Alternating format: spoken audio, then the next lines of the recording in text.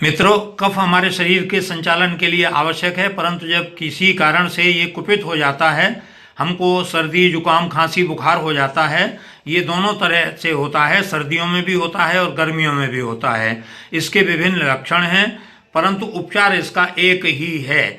जब हमको सर्दी खांसी जुकाम बुखार की स्थिति बने तो हमारे ये कलाई के जोड़ से 2 अंगुल ऊपर यहाँ पर ये इस तरह से दबाना है, छोड़ना है, दबाना है, छोड़ना है 2 बार। इसी तरह से अंगूठे की सीध में यहाँ पर ये कोहनी के मोड़ पर यहाँ पर इस जगह पर हमको उसी तरह से दबाना है, छोड़ना है। और तीसरा बिंदु है हमारा ये अंगूठे का जो ये उभार है, इस उभार की जगह पे हम अंगूठा रखें तो ये जगह गड्ढा पड़ता है, यहाँ पे है।